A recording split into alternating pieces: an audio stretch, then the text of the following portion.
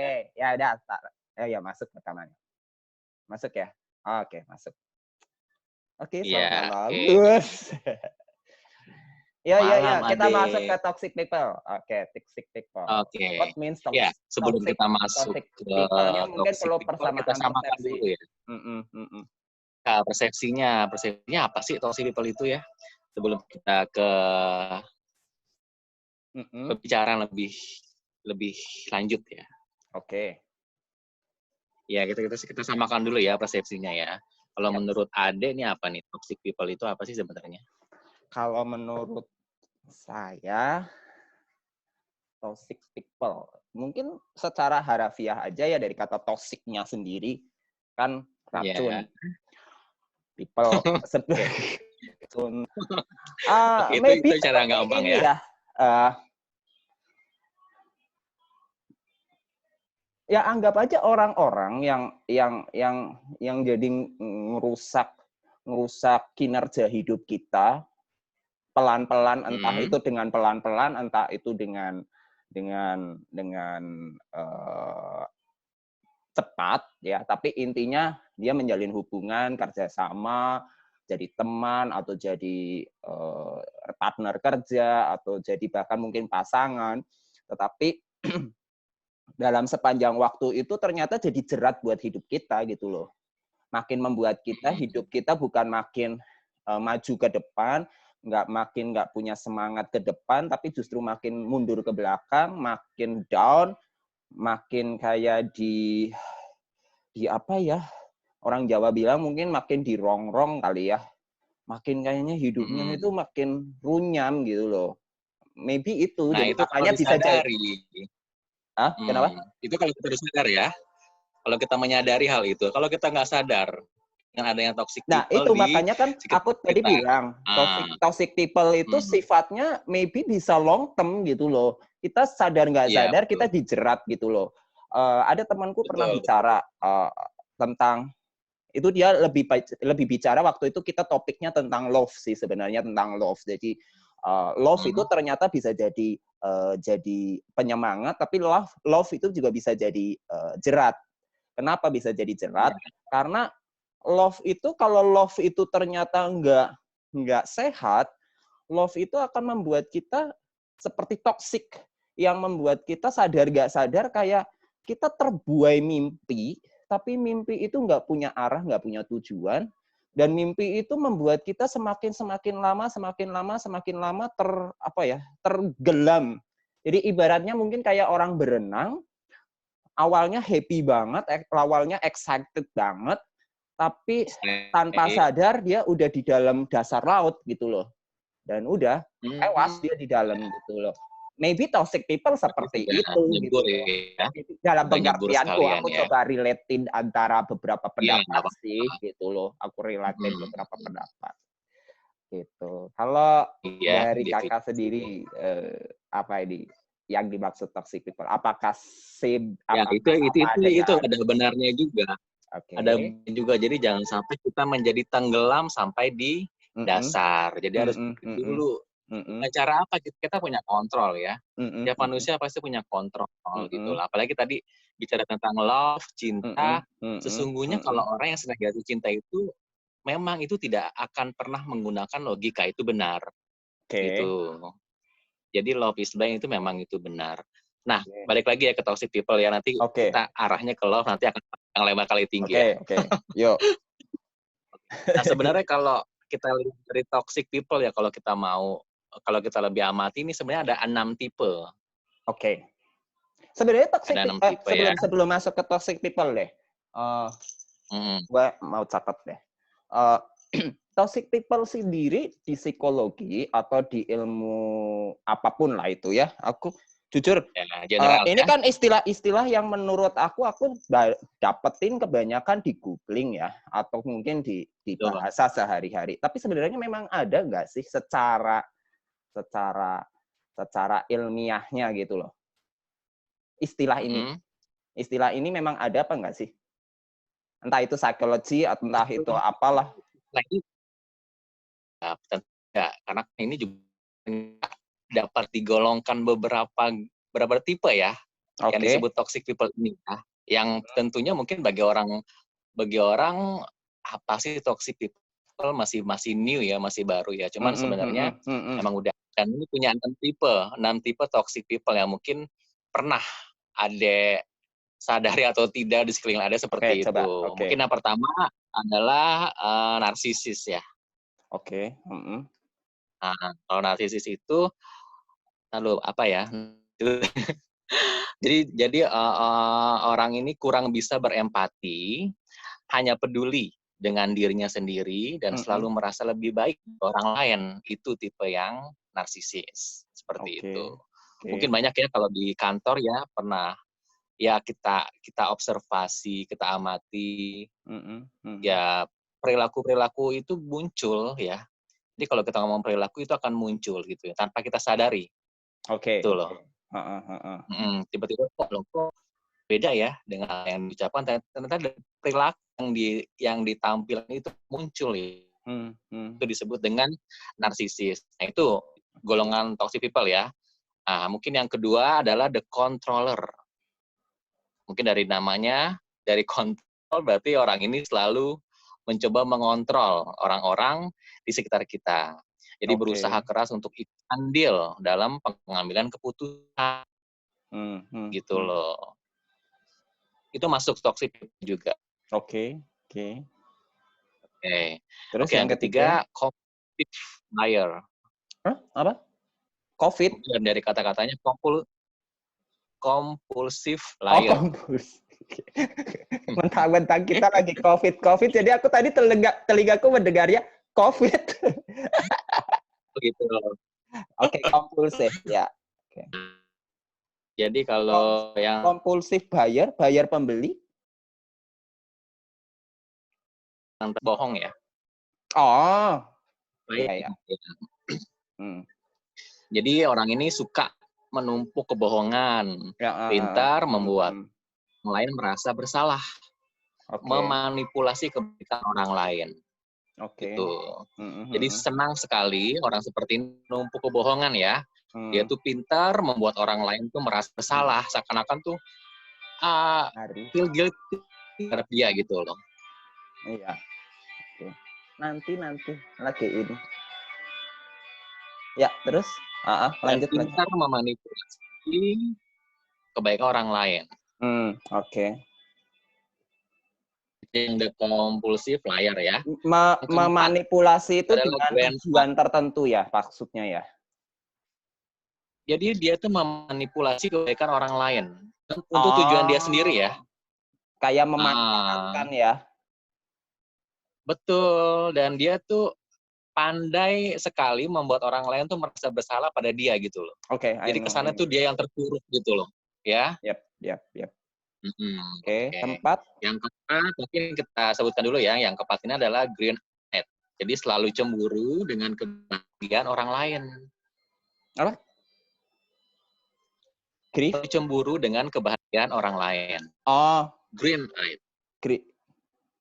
Green hijau ya? Green ya, green hijau sama eyed mata ya. Weekday eyed. Baru tahu aku istilahnya. Jadi orang green eye itu lain. Sorry. Green eye itu kayak apa sih? Kayak istilah aja atau apa? Jadi dia itu ini istilah ya. Jadi istilah ini adalah tipe orang yang suka menyalahkan orang lain. Jadi tipe green eyed, kita sebut tipe green eyed gitu. Jadi selalu cemburu dengan orang lain. Seperti itu. Jadi dia cemburu pasti dalam benar, arti luas ya. Benar. Cemburunya dalam arti luas ya. Misalnya dalam jabatan, dari profesi, dapat jabatan, promosi atau apa gitu, dia cemburu gitu. Ya. Ya, misalnya dia tidak promosikan, tiba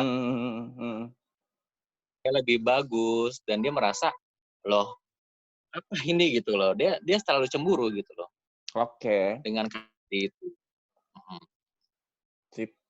Dan dia akan menyalahkan orang lain walaupun orang lain itu tidak salah ya. Itu adalah green eyed.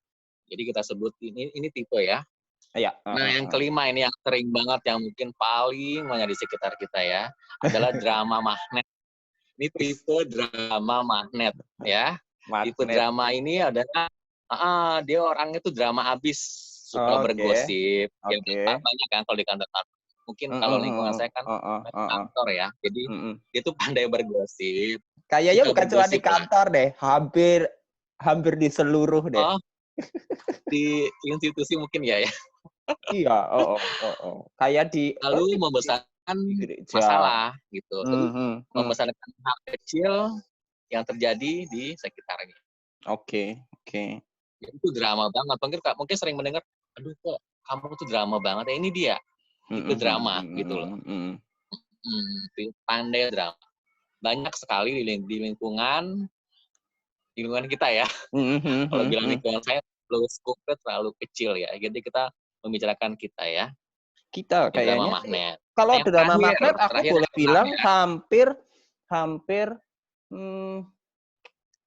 hampir nggak mungkin enggak, pasti ada di masyarakat, di pemerintahan, di sekolah, di gereja, mungkin di masjid, di tempat-tempat apapun, bahkan tempat yang paling suci sampai paling buruk rupa, kayaknya ada deh. Ada ya? Ada. Setauku ada ini. Pasti ada. Ini kita cakupannya memang cukup luas ya. Drama magnet ya. Karena lidah memang tak bertulang mungkin ya. jadi lidah ini itu hal kecil ya. Betul. Jadi tipe drama magnet ini adalah hal itu bagi dia tuh bisa dibesar-besarkan gitu. Ya, oke. Padahal sebenarnya kalau misalnya kita melihat masalah ya, masalah besar itu harusnya seyogianya kan kita kecilkan. Nah, masalah kecil itu seyogianya kita hilangkan gitu loh. Nah, tapi ini adalah sebaliknya gitu. Oke, yang terakhir ya. Ya, yang terakhir. Energi vampir ya. Apa jadi dia adalah situ kritik. Ya, dia vampire zombie itu vampire vampir. Ya, vampire ya. Apa jadi dia tuh si apa depannya? Kritik energi vampire. Ya. Oh, oke. Jadi orang ini nih kita sebut tuh si tukang kritik. Hobi membuli dan suka menyerap energi positif orang lain. Ini bahaya banget nih. Jadi kita harus sadar kalau orang di sekitar kita pun dia teman dekat, kalau tipe seperti ini ya harusnya sih kalau kita ingin mental kita sehat ya kita perlu jauhi atau hindari gitu loh. Oke. Karena kritik itu kan bukan membangun. Ingat ya, manusia kalau tiap dikritik itu tidak membangun, nanti juga akan akan stres. Down dari stres jadinya. Naik ke tipe akan menjadi depresi, dan ini kan nanti akan butuh pertolongan ya, butuh penanganan gitu dalam hidup ini ya. Kayak gitu. Jadi kita sendiri harus kontrol terhadap toxic people yang tadi kita sebutkan ini. Ada 6 sebenarnya sih gitu loh. 6, ini lebih spesifik ya. Ada 6 tipe Aku resume ya. Kita bicara tentang aku kan bagiannya tukang resume. Oh iya, boleh. Ini yang ahli resum kamu aja ya. Saya dengerin aja. Oke. Enggak, resum bagian pertama maksudnya. Kan kita belum selesai. Jadi kalau tadi kan kita udah bicara tentang 6 tipe toxic people. Kita udah bicara dari katanya itu ada tentang narsisistik, orang-orang yang merasa dirinya mungkin paling baik kali ya. Atau melihat segala kurang bisa berempati kalau narsistik ya, itu. Karena dirinya kan semua orang menyorot kepada dirinya kan. Jadi dia tidak bisa punya empati kepada orang lain. The controller, bossy mungkin ya. Dengan kata lain dia bossy. Apa? Bossy. Sifatnya bossy, sok menjadi tukang ngatur. Kemudian kita yang ketiga bicara tentang kompulsi. Dia akan mencoba mengontrol orang di sekitarnya dia gitu. Dan mungkin bisa mencengkram ya. Nah itu dalam arti, kita lihat nanti seperti apa dalam hasilnya. Arti dia karena merasa dia punya powernya terlalu full, dia ngiket orang sedemikian rupa untuk tunduk kepada dia atau tunduk kepada sistem atau aturan atau apapun yang dia buat itu, termasuk dalam bentuk friendship. Oh iya, tapi itu nanti akan meluas menjadi tipe kepemimpinan adekku. Kalau adekku ngomong seperti itu, Kalau aku coba tadi kebayanginnya kayak misalnya bullying ada di sekolah atau bullying orang-orang yang biasanya kalau di era-eranya kita, mungkin sampai era sekarang juga kayaknya masih ada ya anak-anak yang merasa dirinya lebih superior, dia akan ngebully yang Superior. lebih junior. Apakah dia termasuk di sini nggak? Yang di controller apa yang di mana? Di controller, controller. Enggak, kalau yang bullying itu dia lebih ke energi vampire. Oh, malah energi vampire ya, bukan di controller Sedikit ya? beda ya. Mungkin Oh, kalau kita oke. lihat agak-agak nyambung ya, tapi sebenarnya kalau kita map itu ya, kita apa ya, kita mapping itu sebenarnya ya sebenarnya sih hampir mirip ya ke namanya ini. Cuman pasti ada bedanya sih. Walaupun bedanya mungkin nggak terlalu kelihatan ya. Kalau yang Oke. membuli itu dia tipe energi vampire gitu. Oke. Kalau Ketiga dia kita tuh bicara dingin. tentang Ya, lanjut. ya lanjut. Ya, Ya, yang ketiga kita lanjut. kita bisa Kita kita bertabrakan urutin dulu ngomongnya. ya, urutin dulu ya. Jadi Ya, narsisis, ya, oke. controller, compulsive buyer, kemudian green eye, kemudian drama magnet, dan yang terakhir kita bicara energy vampire. Ya, pengertiannya nanti akan diperluas lagi di diskusi berikutnya. Oke, itu ya dari resumenya aku kayak gitu. Kalau ada salah, tolong dikoreksi kembali. Iya benar. Oke. Resume lagi, Adek. Oke. Udah. Nah, Resumenya udah sampai situ aja, nyebutin doang. lo baru sampai 2 loh, yang 3 belum? Ya, tadi kan udah, aku langsung percepat. Jadi kita sudah bicara 6 tipe nih, saudara-saudara. Kita udah bicara 6 tipe. Yang pertama kita bicara narsisis. Ya, ada orang yang sifatnya narsisis, yang empatinya kurang, bahkan mungkin tidak punya empati. Yang kedua kita bicara tentang the controller, orang yang punya kontrol yang kuat lah, gitu saja ya singkatnya.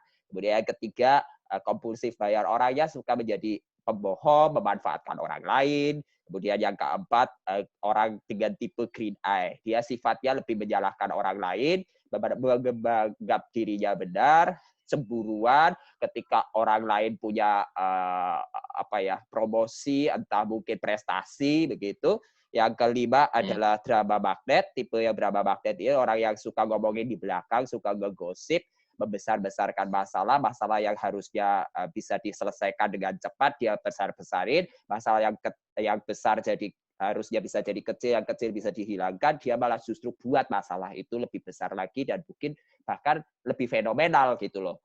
Nah, kemudian yang keenam, energy vampire. Orang yang mungkin boleh dibilang, aku bilang bisa ya tadi disebutin sama kakak kan menyerap energi positifnya orang lain. Jadi boleh dibilang Betul. dia jadi orang yang maybe malah jadi ya sebetulnya semua jadi jerat ya. Semua jadi jerat tapi Semuanya ya, secara dengan general ya caranya kalau kita masing-masing, bicara. dengan karakter tipenya masing-masing ya. Gitu. Betul. Kalau lebih ingin spesifik ya seperti itu, oh dia tipe yang controller, oh dia tipe yang drama magnet. Kan semuanya ini adalah toxic people gitu loh, kalau kita bicara generalnya ya. Gitu. Tapi kalau Ade bertanya nih, bukankah kita ini kan manusia itu memang punya sisi-sisi negatif ya, yang kadang-kadang sisi-sisi itu ya memang harus menjadi keseimbangan dalam hidupnya kita. Contoh, narsisistik dalam hidup kita hampir kayaknya kalau aku tanya ke sebagian besar orang, pasti dia punya sisi narsisistik gitu loh. Nggak mungkin enggak. Gitu loh. Hanya tinggal narsisistiknya itu over, atau dia bisa kontrol gitu loh. Atau sebagai seorang pemimpin, kalau jelas dia bicara harus yang tadi punya sifat controller gitu loh. Nah, itu gimana? Tuh. Bagaimana kita bisa kategorikan orang itu sudah over control dalam hidupnya dia, artinya dia sudah termasuk golongan toxic people, atau dia masih sebenarnya ya sosok lah, masih wajar lah, narsisisnya dia misalnya menjaga body lah gitu, atau menjaga betul. ini ya gitu. Gimana responnya? Ya kalau kita lihat ini orang masih masuk yang atau tidak sih, kita lihat bagaimana presentasinya orang ini gitu loh. Yang orang-orang Halo? kontrol nggak? Kalau orang itu tidak kontrol lagi, oke, kita beri contoh misalnya, misalnya dia memiliki sifat narsis, 50% kita anggap orang ini masih normal. Oke. Masih bisa kontrol. Tapi kalau tiba-tiba kalau kita observasi, kita observer mereka, wih ternyata ini lebih dari 70%. Nah itulah bisa kita katakan ini toxic people jenis apa? Narsistik, the controller, atau bla bla bla seperti itu. Jadi kita lihat presentasinya. Nah, lihat presentasi dari mana sih? Ya kita lihat dari behaviornya. Perilaku muncul. Nah, seperti itu. Perilaku nah, ini dibutuhkan itu pakai apa? Pakai ada alat, ya, ada tools-nya, atau hanya sekedar observasi pengamatan saja? Kan beberapa sih menggunakan observasi. Gitu, observasi dan observasi ini juga nggak sehari 2 hari ya. Kita lihat mungkin dari kalau misalnya di lingkungan ya bisa 3 bulanan, 4 bulanan. Nanti kan orang itu akan kelihatan bagaimana sifatnya, yang reaksi seperti apa. Oke. Jadi kita lihat presentasi kita lihat, oh nanti kita kan punya parameter ya, misalnya parameter 5%, masih di bawah 50% presentasi berarti masih kita anggap orang ini masih bisa kontrol kok. Dia cuma hanya marah, hanya mungkin emosi, mungkin dia mungkin agak labil gitu kan. Tapi kalau mungkin di atas, oh berapa nih parameternya kalau dikatakan toxic people, oh mungkin di atas 60% atau 70%. Nah itu baru bisa kita katakan. Nah itu dengan cara apa? Dengan observasi, bagaimana perilaku yang muncul, melihat seperti itu. Nah itu kan dibutuhkan kontrol diri kita ya sebenarnya ya. Intinya kalau kita nggak nyaman sama orang itu nih kok agak ganggu ya atau gimana ya, intinya sih avoid aja lah gitu loh. Avoid demi apa? Kita aja menjaga kesehatan mental gitu loh. Begitu adekku. Oke. Kita bisa melihat tadi kan mungkin kalau buat orang awam ya, kalau maybe bagi orang kantoran, kayak misalnya kayak kakak punya profesi sebagai HRD, pasti ini bisalah diukur gitu ya. Ada alat ukur yang bisa untuk mengukur kinerja seseorang ini tipenya dia seperti apa, sehingga ini apakah berpengaruh kepada kinerja dia di dalam pekerjaannya ya. Tapi kalau untuk orang awam dalam arti friendship saja, sekedar friendship, kan observasi itu kan nggak mungkin dong cuman one day, one week, one month gitu, atau bahkan 1 tahun gitu ya. 1 tahun aja kadang-kadang kita susah juga menilai orang gitu ya, walaupun mungkin kita sudah mulai lihat lah ya, mulai bisa lihat. Tetapi itu pun masih belum bisa jadi ukuran gitu. Ternyata tahu-tahu nih, orang yang kita kenal ini ternyata energy vampire. Dan kita sadar nggak sadar udah tenggelam di dalamnya. Dia sudah hampir menyerap habis seluruh energi kita, energi positif kita. Dan kita kayak seolah-olah tanpa dia, kan berarti intinya gini, kalau orang energinya sudah diambil, kan berarti dia udah kayak lemes ya, udah nggak punya tenaga. Dan kalau udah nggak punya tenaga, dia kayak nggak mau kayak bergantung gitu, depend on dengan dia gitu. Ini sangat-sangat banyak kayaknya deh kasus-kasusnya, kayak di dalam persahabatan saja, di dalam friendship aja, aku banyak dapat curhatan orang-orang tertentu merasa kayaknya nggak bisa melepaskan pertemanan itu, hubungan itu, relationship itu, apalagi kalau udah masuknya ke mungkin sudah dating, wah itu kayaknya udah susah. Tapi sebenarnya dia juga merasa nggak menikmati gitu, dia udah sakit gitu. Itu gimana? Maksudnya kalau udah dalam kondisi begini, sebenarnya orang ini memang dia tidak menyadari bahwa dia sebetulnya udah terjerat di situ, udah tenggelam di situ, sehingga kita perlu sadarkan. Atau apa gitu loh. Jadinya orang ini mungkin dependen ya. Dependen ya. Nah, sebelum masuk ke dependen, apakah boleh aku mengatakan yang namanya dijerat itu artinya semua jeratan ini artinya ketika kita sudah jadi dependent itu? Tidak juga. Oh, enggak juga ya? Tidak juga, iya. Berarti bisa apa saja? Maksudnya selain dependennya, jeratan itu bisa apa? Maksudnya kayak tadi yang aku bilang jeratan itu bisa meluasnya ke apa saja ya? Oke, jadi tadi bilang kalau dependent ya, bagaimana cara atasinya kalau sudah dependent dengan si toxic people ini kan? Nah, mungkin ya itu kita ambil adalah me time dulu. Me time. Kalau ini adalah sahabat yang kita sebut sahabat tapi ternyata dia toxic people, pasti kita ada rasa mungkin seperti mungkin grafik ya, kita lihat loh kok begini ya? Pasti kita punya rasa seperti itu. Kok begini ya? Oh, bisa seminggu sekali ketemu mungkin ya dengan sahabat ya. Coba deh 1 bulan atau 2 bulan tidak ketemu dengan beliau. Ini kalau yang tipe yang dependent ya. Dependent harus seminggu sekali harus ketemu misalnya, atau seminggu berapa kali harus ketemu gitu kan. Cobalah untuk me time sebulan atau 2 bulan. Nah, kalau misalnya kita punya kontrol yang cukup bagus, ini sebenarnya kita dependent loh. Bukan di sahabat kita ini yang toksik. Kalau kita sudah merasa dependent pada orang lain, masalahnya tuh ada di kita. Nah, caranya kita me time. Kita me time sambil kita refleksi. Bagaimana kalau saya tanpa ya gitu loh. Lebih banyak bagusnya atau tidak bagusnya. Yang mengukur sampai kita sendiri, diri sendiri yang mengukur. Ya kan? Seperti contoh kok sahabat saya kok sering kritik saya ya, padahal saya ini sudah bagus loh kinerjanya loh, tapi sahabat saya tak pernah loh. Oke lah, manusia tuh juga perlu loh untuk diberi penghargaan dengan sanjungan gitu kan. Seperti itu. Jadi ya cobalah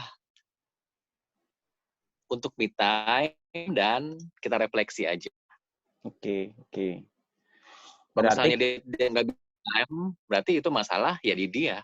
Akan sulit menyembuhkan akan sulit untuk memisahkan mereka itu karena sudah dependent. Yang kamu bilang tadi sampai nyelam sampai ke dasar, energi trap. Ya sebenarnya karena dia tidak kontrol pada diri sendiri. Gitu loh. Berarti dia tipe yang dikontrol sama si toxic ini. Seperti itu. Berarti problemnya sebenarnya ada di si dianya ya, bukan di toxic people-nya ya? Bukan. Karena toxic people itu ya namanya toxic ya. Kalau misalnya kita minum udah berasa kurang, ya kita nggak akan nerusin dong. Iya. Ya. Tuh, tapi karena dia membuai dengan cara sampai kita ke dasar, sampai tenggelam, energi kita sudah terserap, ya masalah dari kita. Karena kita tidak mempunyai kontrol diri yang baik. Gitu. Artinya sebenarnya kalau dalam kondisi yang kayak tadi aku sebutin sebagai kasus itu, artinya dia sebenarnya sudah sadar dia berhadapan dengan orang yang nggak tepat. Tetapi sudah sadar. Dia karena dependent on, jadi akhirnya dia kayak susah melepaskan begitu, dan akhirnya ya sudah membiarkan dirinya aja tersiksa begitu ya. Betul. Tapi kan kita juga perlu ya histori seorang bagaimana, apakah dia nggak mau ninggalin si toxic people itu karena dia takut kesepian atau dia tidak menyukai hal-hal yang seperti apa. Kita lihat historinya dulu. Kita nggak bisa menjudge orang itu juga gitu loh. Artinya kalau kayak gini kan kasusnya, kalau case-nya seperti ini, problem solving-nya adalah, atau mungkin bukan problem solving sih, mungkin lebih tepatnya kayak mungkin problem solving-nya kita bicara tentang apa yang menjadi kebutuhan dasar dari si dependent ini kan. Bukan lagi mempersoalkan oh kamu harus jauh-jauh dari orang itu, bukan lagi itu jawabannya kan, tetapi bagaimana memberikan jawaban tentang apa sih sebenarnya yang menjadi kebutuhan dasar kamu, kenapa kamu harus depend sama orang itu, kenapa kamu merasa perlu dekat dengan orang itu, apa sih kenyamanan yang kamu nikmati dari orang itu gitu. Itu ya berarti kalau oke, mengerti. Karena kan kita bicara masalah sudut pandang ya. Mungkin kalau lah ada A dan B. B ini toksik. A-nya adalah sahabat kita. Kita hanya melihat, kenapa sih kamu dengan B kok sampai segitunya, padahal kamu tuh sudah habis-habisan gitu loh, berkorban, sedangkan pengorbanan si B ke kamu itu mana gitu. Tapi dia hanya menjawab, ya saya nyaman sama dia. Walaupun harta kamu habis. Ini kasus ya. Walaupun harta kamu habis loh, kamu ini loh mobil yang kemarin loh, saya bilang kayak gitu. Saya pun bahagia. Ya sudah. Ini kan tidak bisa kita bantu ya, karena apa? Dari dia sendiri sudah merasa nyaman. Walaupun sometimes dia cerita ke saya, aduh kok si B begini ya. Tuh dia hidup ya. Lah, gimana? Apa kamu bisa putus dengan si B? Aduh saya nggak bisa. Bla bla. Kalau gitu ya kita nggak ya yang capek kita juga gitu loh dengerin dia yang ternyata besok terlihat lagi ya. Dia menikmati walaupun dia tertentu kan uangnya, tapi dia menikmati dengan si B seperti itu. Kan ini kan gitu loh adekku. Jadi bukan orang lain sebenarnya bisa dari diri kita. Diri kita kalau udah bisa kontrol, ini kayaknya udah yang bener nih. Donis loh orangnya, tapi dia tidak mau bekerja keras misalnya seperti itu. Hanya ya udah dikasih terus kan dengan si A-nya itu gitu. Walaupun sometimes si A kadang-kadang merasa kesal cerita ke saya, tapi kan sudah yang jalanin siapa? Kalau kamu benar-benar mau pisah, yang sudah saya bantu, tapi ternyata pas akan saya bantu lagi, kan jadi kesal sendiri jadinya kan. Begitu adekku. Jadi balik lagi ya ke individu tersendiri, individu sendiri, bukan dari orang lain gitu misalnya. Ya udah masuk ke dasar, udah tenggelam, udah gitu ya sudah. Tanya hanya cerita aja sih bagi saya, gitu loh. Karena mereka itu masih bersama. Itu for example aja. Iya. Contoh. Tapi kalau kayak gitu berarti sebenarnya problem solving untuk kasus ini kan sederhana banget ya. Kalau dengan yang tadi dibicarain sama si kakak ya. Maksudnya, oke, saya sudah tahu nih orang ini narsisis atau orang ini controller. Udah, intinya aku harus menjauh dari dia. Dan aku nggak merasa depend sama dia. Selesai gitu loh. Iya. Apakah sesimpel itukah responnya? Karena faktanya kan ternyata terbukti bahwa banyak orang sebenarnya sadar nggak sadar dia terjerembab gitu, terjebak dengan orang-orang toksik gitu dan nggak bisa keluar gitu loh. Dia sudah sadar, dia sudah tahu. Kalau dibilang bergantung, maybe mungkin bergantung dalam otoritas. Oke, misalnya kalau anggap nih sampel gitu ya. Ini mungkin banyak dicurcolin sama orang-orang yang bekerja.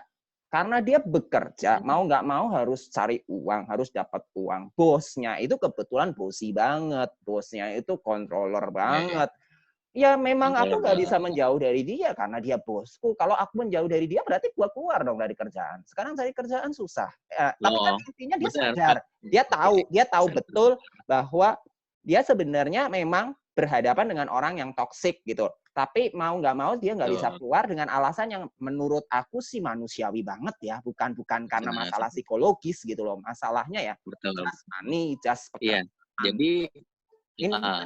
Jadi kalau iya, kalau ada cerita ini masalah need adekku. Masalah kebutuhan lagi gitu loh. Jadi dia harus mengesampingkan hal itu karena apa? Kebutuhan dia saya bekerja. Tipe bos saya kontrol, no problem di saat kita bisa menikmati pekerjaan, kita bisa menyelesaikan tugas-tugas dari beliau dan kita juga nanti akan dapat salary kan? Karena apa? Kita membutuhkan uang. Itu tidak masalah. Ini kan masalah jabatan ya kalau kita dan harus harus menyelesaikan tugas yang diberikan oleh beliau gitu loh. Nah itu sebenarnya itu tidak masalah, itu benar-benar ya itu profesional ya kalau saya bilang kan. Dalam arti ini kan sudah di kantor dengan hubungan profesional, mungkin tipe yang tipe yang ngebos ya. Itu kita balik lagi, need kita apa nih? Kalau need kita saya di sini bekerja dan ingin mencari uang itu tidak masalah sebenarnya. Dan kita nikmati. Walaupun bos kita itu seperti itu, sih kita nikmati saja karena apa? Toh kita bisa menyelesaikan tugas dengan baik kok. Seperti itu. Berarti membatasi topik toxic people ini menjadi masalah. Ini kan boleh dibilang pembicaraan kita ini lebih dibatasi di dalam ruang toxic people yang berdampak kepada kesehatan mental. Berarti kan itu kan tadi kan Ya, yang itu aku tadi dekat kita. yang kalau aku coba simpulin ya, kalau dari pembicaraan dari awal sebenarnya Mas, kenapa kita perlu bahas ini? Karena pada akhirnya problemnya adalah toxic people ini bisa jadi kesehatan mental kita juga ikut-ikutan kegerus gitu loh. Kegerus dan kalau misalnya dengan contoh sampel 2 sampel yang tadi kan sebenarnya ini persoalannya bukan di toxic people-nya, tapi persoalannya lebih kepada di dirinya, entah itu bicara need-nya, bicara tentang ya kebutuhan need, dua-duanya mungkin kebutuhan juga ya, yang satu lebih kebutuhan yang psikologis, kasus yang pertama, kasus yang kedua kebutuhan yang lebih jasmani karena bicara uang, pekerjaan, kenyamanan mungkin ya kan. Dan dua-duanya aku pikir masih di dalam kondisi yang sangat rasional kan, aku pikir masih sangat rasional karena orang yang bersangkutan kalau mungkin aku tanya atau kita bicara, pada akhirnya mereka akan menjawab, oh iya ya, sebenarnya pada akhirnya keputusan saya tinggal mengambil resikonya seperti apa begitu. Nah, tapi kalau udah ngomong kesehatan mental kan sebenarnya dia sudah tidak sadar dalam kondisi itu kan, artinya dia sudah tidak tahu gue sebenarnya masih waras apa kagak sih gitu loh. Atau istilahnya dia tidak menyadari bahwa dia sedang berhadapan dengan toxic people gitu loh. Gimana menurut Kakak? Artinya kan ya, itu balik persoalan ini kan kenapa sih kita perlu bicara tentang toxic people? Karena mungkin orang itu sendiri juga nggak tahu gitu loh. Orang itu sendiri nggak menyadari, bahkan orang itu sendiri mungkin sudah dalam keadaan yang uncontrollable kah? I don't know gitu istilahnya apa gitu ya. Makanya kemudian kita bisa bicara kesehatan mental mereka mungkin jadi down atau bahkan buruk sekali, bahkan buruk mungkin bisa dibilang buruk. Jadi balik lagi ya itu dia, balik lagi need itu kebutuhannya apa gitu loh, dengan si orang ini kebutuhannya apa, itu kuncinya. Walaupun dia toxic people tapi mungkin dia rasa yang tidak pada orang lain ya, ya mau gimana lagi? Ya mungkin ada tadi bilang, kok bisa ya bertahun-tahun ya? Kenapa? Nggak sesederhana kalau dia toxic people kita langsung menjawab, tidak sesederhana itu adek gitu loh. Semua itu kan perlu dengan proses ya. Oke. Ada dengan kenyamanan sudah 5 tahun, sudah 10 tahun dengan nyaman diberikan kasih sayang, tapi ternyata memang dia yang tadi saya ceritakan ya dia toxic gitu. Tapi dia merasa adalah toksiknya diabaikan aja, yang penting saya ya lebih kamu saja itu ya jadi gimana dong? Bisa jadi family nggak sih? Kenapa? Bisa family nggak? Bisa, maksudnya dalam keluarga. Toxic people itu terjadi nggak sih? Di antara dalam keluarga? Misalnya parents ke anak-anaknya, orang tua ke anak-anaknya, atau mungkin iya bisa jadi seperti ini ya, misalnya kalau orang tua ke anak-anaknya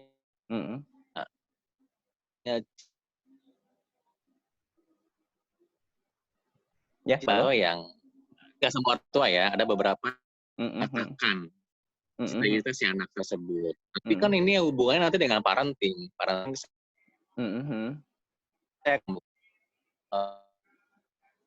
sih seperti itu. Ada beberapa macam juga sih orang toksik gitu.